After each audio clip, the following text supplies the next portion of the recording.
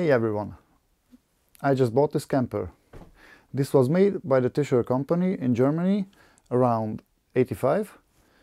These were developed for the VW pickup truck, which I already own and I built up on my second channel called Ollari's Garage.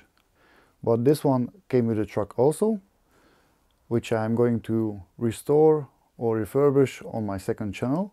But on this main channel we are going to rebuild this camper and change the interior, but this is a long process. So at first let me take you around and show you everything what's wrong with it. There are some panels screwed up to the ceiling, and here was an old kitchen cabinet and storage, but they removed it. I don't have the parts for it, so I have to remake this one. And there are some panels dangling over here which are probably not factory, and this corner is just a mess with some spray foam, silicone, and the whole camper has a bow to it because that wall is rotten out. This whole thing moves, so I guess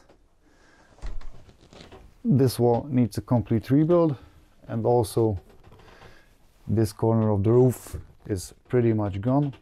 This corner has some major water damage, which you can see.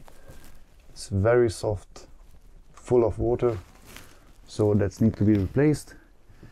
And there is also some mold in there all the way over that edge. It has a climb through where you can access the driver's compartment. These are some cabinets.